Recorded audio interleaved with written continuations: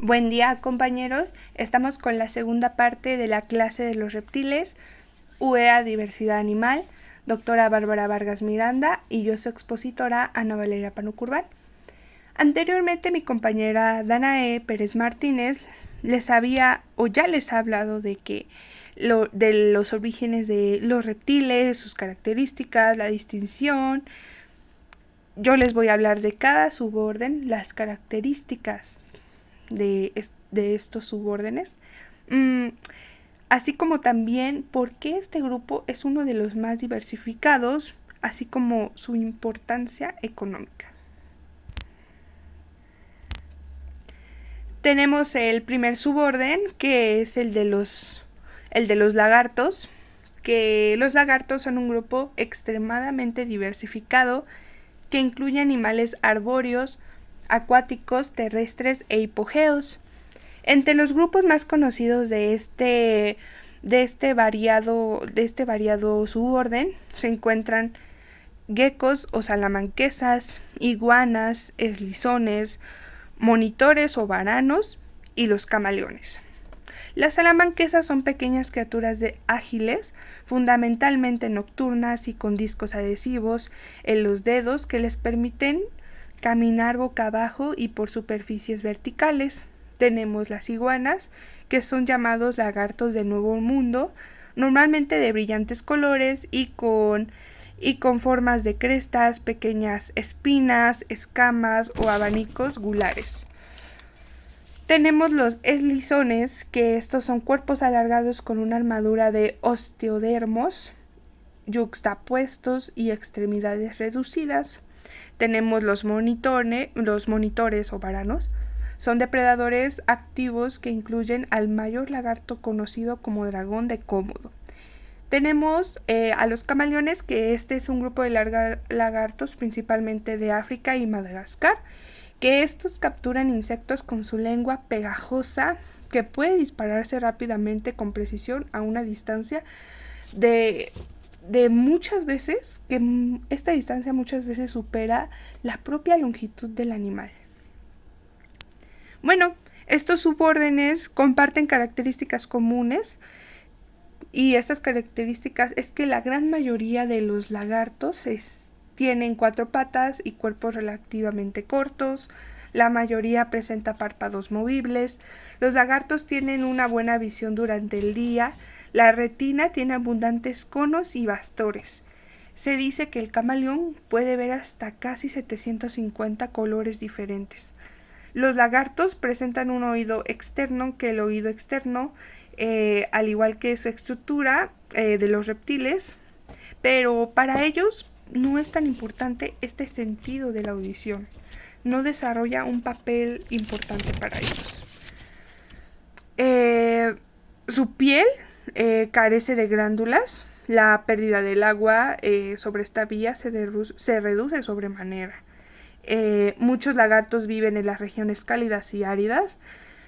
Producen una orina semisólida con alto contenido de ácido úrico. Esta es una excelente adaptación para la conservación del agua. Los lagartos, como casi todos los reptiles, son ectodermos que ajustan su temperatura corporal, moviéndose de un microclima a otro. Tenemos el siguiente suborden, que son las serpientes. Bueno, las serpientes son ápodas y carecen de la cintura pectoral y pelviana. La pelviana es una estructura que puede persistir como un vestigio en los pitones, en las boas y en algunas otras serpientes. Presentan numerosas vértebras más cortas, más anchas que las que otros tetrápodos, las que permiten rápidas ondulaciones laterales a través de la hierba o sobre terreno rugoso. Las costillas aumentan la rigidez de la columna vertebral al proporcionar más resistencia a las fuerzas laterales. El linaje de las serpientes recibe una cantidad considerable de radiación, por el contrario de que algunos reptiles no la recibe tanto, pero las serpientes se caracterizan porque han experimentado considerablemente radiación. Tenemos que el cráneo es altamente cinético y el aparato bucal de las serpientes les permite deglutir presas varias veces mayores que su propio diámetro. Y quizás esta característica es responsable, que probablemente es de su enorme éxito. Los huesos del cráneo están débilmente articulados, ya que así que el cráneo puede flexionarse asimétricamente para acomodar a las presas de grandes tamaños. La serpiente debe continuar respirando durante un proceso de deglución donde la abertura traclear se extiende hacia adelante entre las mandíbulas inferiores. La córnea del ojo de las serpientes está permanentemente protegida por una membrana transparente que, junto con una falta de movilidad del glóbulo ocular, proporciona a la serpiente su intrigante fría y mirada. ¿Por qué? Porque muchas personas dicen que las serpientes pues tienen una mirada un poco de terror. Entonces, por eso algunas personas consideran que las serpientes son terroríficas. La mayor parte de las serpientes tienen mala vista, pero hay algunas otras serpientes que poseen una excelente visión binocular que les permite localizar a sus presas entre las ramas, donde los rastros de olores serían imposibles de seguir.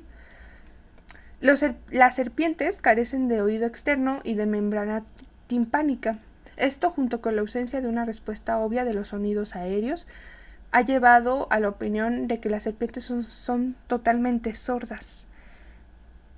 Bueno, además de que las áreas olfativas normales de la nariz no están bien desarrolladas, existen órganos de Jacobson. Estos órganos son un par de fosetas en el cielo de la boca que están tapizados por un epitelio olfativo ricamente inervado. La lengua bífida que se agita en el aire recoge las partículas odíferas y las mete en la boca. Después pasa por los órganos y la información es transmitida al encéfalo, donde los olores serán identificados e interpretados. También tenemos que tienen su locomoción puede ser a veces un problema para el propio animal, porque el patrón más típico del movimiento es llamado ondulación lateral, donde el movimiento sigue un curso en forma de S y la serpiente, al ejercer fuerzas laterales, hace irregularidades en el terreno. La serpiente parece fluir, ya que las ondas móviles del cuerpo aparecen fijas en relación con el suelo. Tenemos el movimiento de acordeón, que permite a una serpiente moverse dentro de un estrecho conducto, por ejemplo, al trepar un árbol, utilizando los canales de corteza. Tenemos también que para avanzar tiene que avanzar en línea recta, así como se llaman estos movimientos rectilíneos, que son que lo ven como 2 o 3 puntos del cuerpo que se apoyan en el sustrato para soportar el peso del cuerpo. Y tenemos el llamado movimiento de culebreo de Franco. Es un cuarto tipo de movimiento que permite a las víboras del desierto moverse con una sorprendente rapidez sobre superficies arenosas y con un mínimo contacto del sustrato. Bueno, este suborden de las serpientes se dividen en 5 familias de acuerdo a su tipo de colmillos. Tenemos las víboras, las familias Viperidae, que poseen colmillos muy desarrollados, móviles y tubulares en la parte anterior de su boca. Esta familia incluye a las víboras de fosetas americanas o costalos y a las auténticas víboras del Viejo Mundo.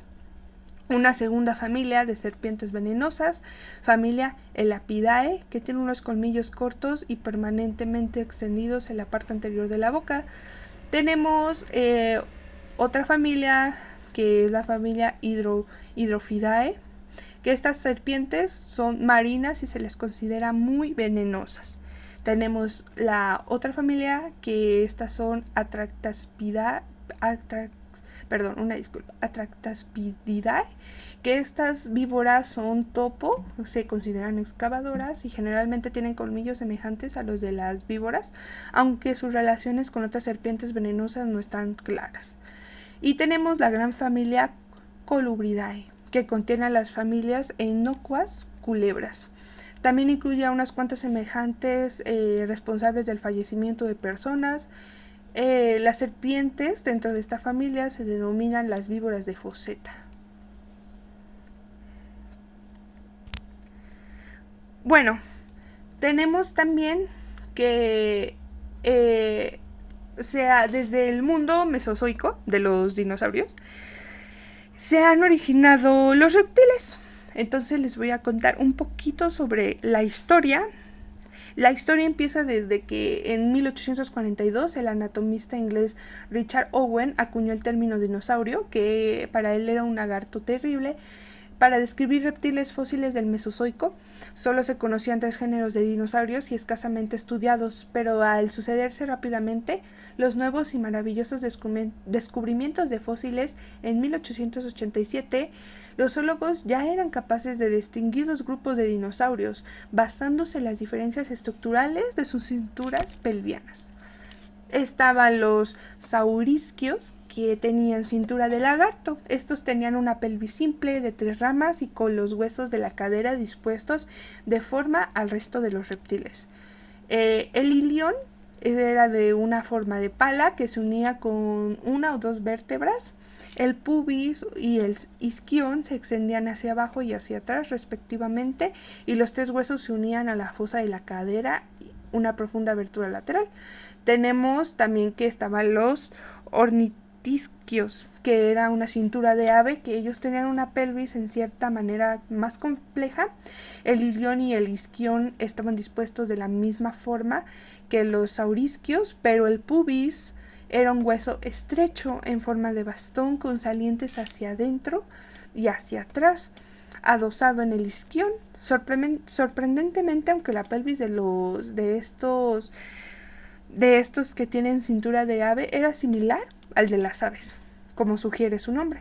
Bueno, se dice que también los dinosaurios eran parientes y se dicen que son los primeros lagartos. Entonces, incluye que hay una familia que se le llamaba tecodontos, arcosaurios, que esos venían del Triásico, y también estaba anteriormente, como lo había dicho mi compañera Danae, la clasificación de los amniotas. Esto viene desde hace muchísimos años, millones de años. Entonces, ¿cuántos años han pasado para que tengamos toda esta diversidad de esta clase de reptiles? Bueno, tenemos que también los primeros dinosaurios, también había dinosaurios herbívoros, que eso ya fue al final del periodo Triásico. Y los primeros lagartos fueron dinosaurios de tamaño pequeño, mediano. También estaban en el periodo del Jurásico y el Cretácico, que estas alcanzaban proporciones gigantescas y las mayores vértebras o los vertebrados terrestres que han existido. Estos alcanzaban los 25 metros de longitud y podría haber pesado hasta unos 30.000 kilogramos. Se ha descubierto que el primer grupo de los saurisquios eran relativamente grandes, y había otro grupo que se le llamaba saurópodos, que esos medían hasta 40 metros y pesaban al menos 80 kilogramos. Bueno, entonces la apariencia pues era un poco del segundo, de los ornitisquios, estaban relacionadas con una apariencia un poco grotesca. Eran muy pesados. El constante incremento de la diversidad produjo un declive gradual del primer grupo. También se dice que muchos de ellos tenían cráneos complejos con crestas que probablemente funcionaban como cajas de resonancia para producir llamadas particulares de cada especie. Hace 65 millones de años, el último de los dinosaurios del Mesozoico se extinguió, dejando a las aves y a los cocodrilos como únicos linajes de supervivientes de los arcosaurios. También hay pruebas que cada vez se hacen más convincentes de que la desaparición de los dinosaurios coincidió con el impacto de un gran asteroide en la península de Yucatán, ya que produjo enormes alteraciones en todo el planeta. Muchos paleontólogos sugieren que las extinciones se produjeron por cambios climáticos y en la forma de los continentes al final del Cretácico. Sin embargo, pues estas hipótesis no explican por qué los dinosaurios se extinguieron mientras que muchos otros linajes de vertebrados no lo hicieron. Seguimos estando fascinados con las terroríficas criaturas, ¿no? Porque como les dije anteriormente, tanto los dinosaurios y la clase de los reptiles están muy relacionados y se dice que es impresionante porque grandes especies dominaron la era mesozoica durante 165 millones de años, un periodo incomprensiblemente largo. Hoy los estudios están inspirados por los hallazgos de fósiles y huellas de un mundo perdido.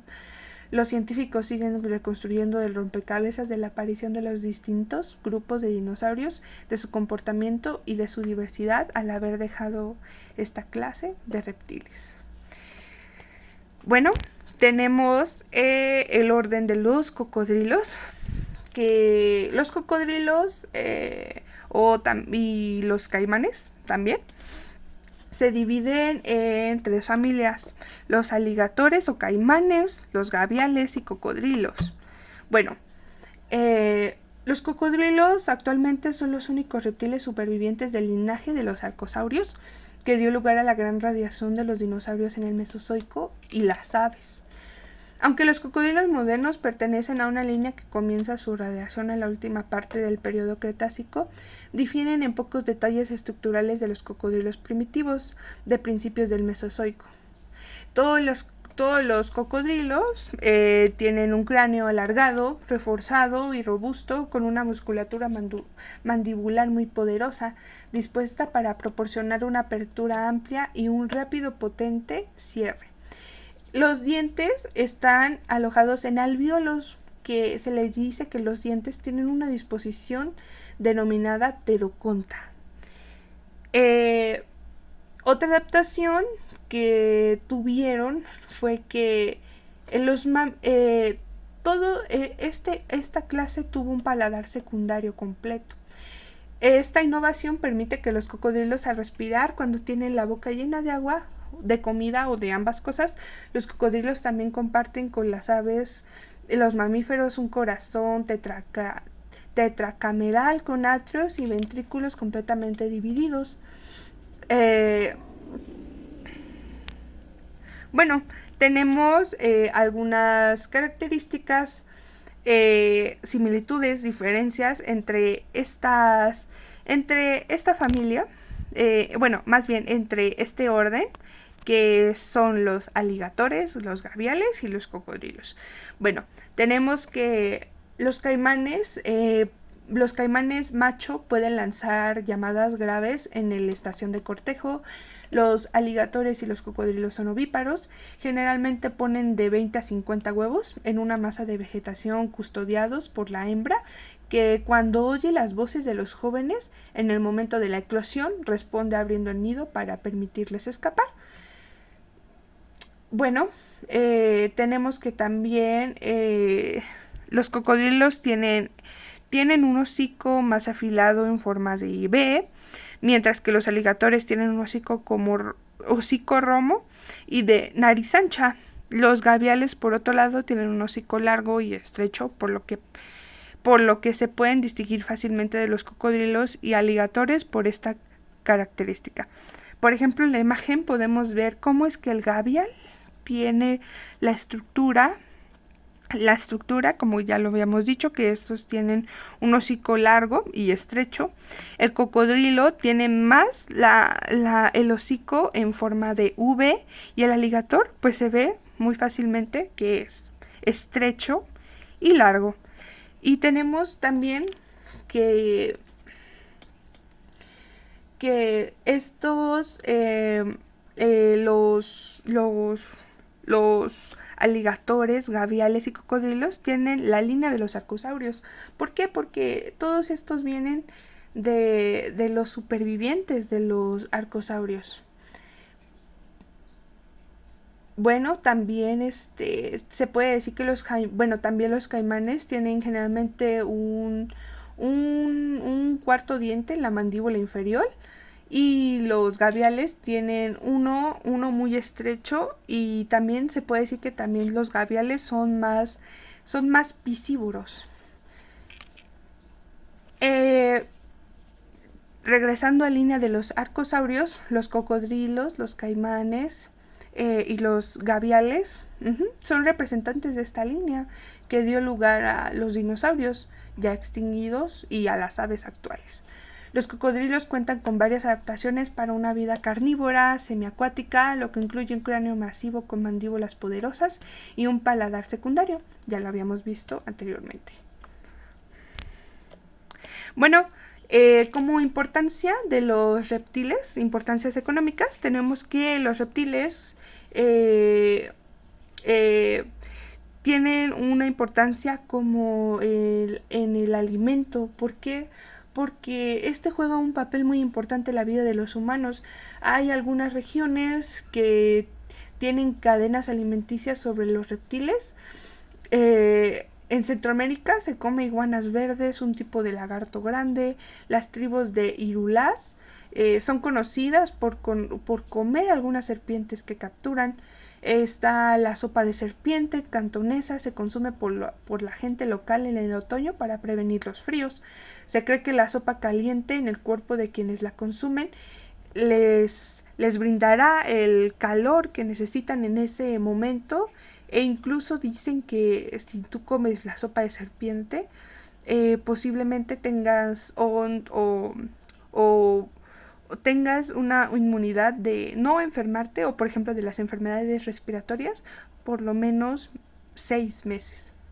La carne cocida de las serpientes de cascabel es comúnmente consumida en partes del oeste de Estados Unidos. También tenemos la sopa de tortuga, que se consume en todo el mundo. Tenemos también el otro, que es el comercio de pieles. Las pieles, las lanas de los reptiles se comercializan en el mercado internacional para hacer productos que van desde ropa y accesorios como zapatos, chales, carteras, hasta elementos decorativos y muebles, tales como amuletos, alfombras y trofeos. Por ejemplo, en una región se presenta una gran diversidad de anfibios y reptiles, de los cuales algunas especies de ranas, salamandras, lagartos, serpientes, tortugas y caimanes son depredadas para este tipo de pieles, al igual que también hay comercio de reptiles cuando se dice que es un comercio de pieles, y también está muy agarrado de que también los reptiles sirven, ¿no?, para venderlos como mascotas, pero también ahí entra el comercio de los reptiles. Estas pues son vendidas vivas como mascotas. Algunas también ya los venden muertos para la investigación. Algunas especies han sido cazadas comunidades rurales durante siglos como medio de subsistencia, pues ya que se sabe que esta piel se aprovecha, así como otras partes, así como su consumo. Se cree que también algunas especies de reptiles las usan como fines medicinales. Encontraron que en una región de Chiapas, 15 especies, una tortuga, 6 lagartijas y 8 serpientes, las utilizaban para curar 3 enfermedades, padecimientos o malestares. Esta región tenía una gran importancia en la medicina tradicional, ya que sirve como remedio para enfermedades reconocidas tanto como la medicina occidental y como las enfermedades culturales locales. ¿Con qué fin lo hacían? Bueno, lo hacían con implicar un conocimiento minucioso de los animales utilizados. Pero pues sin embargo, pues no hay estudios que lo corroboren y hay pocos estudios que abarcan este aspecto de la fauna medicinal, la práctica de los reptiles, a pesar de que esta práctica medicinal es una práctica milenaria. Bueno, esta es nuestra bibliografía. Espero que les haya gustado mucho el tema y muchas gracias por su atención.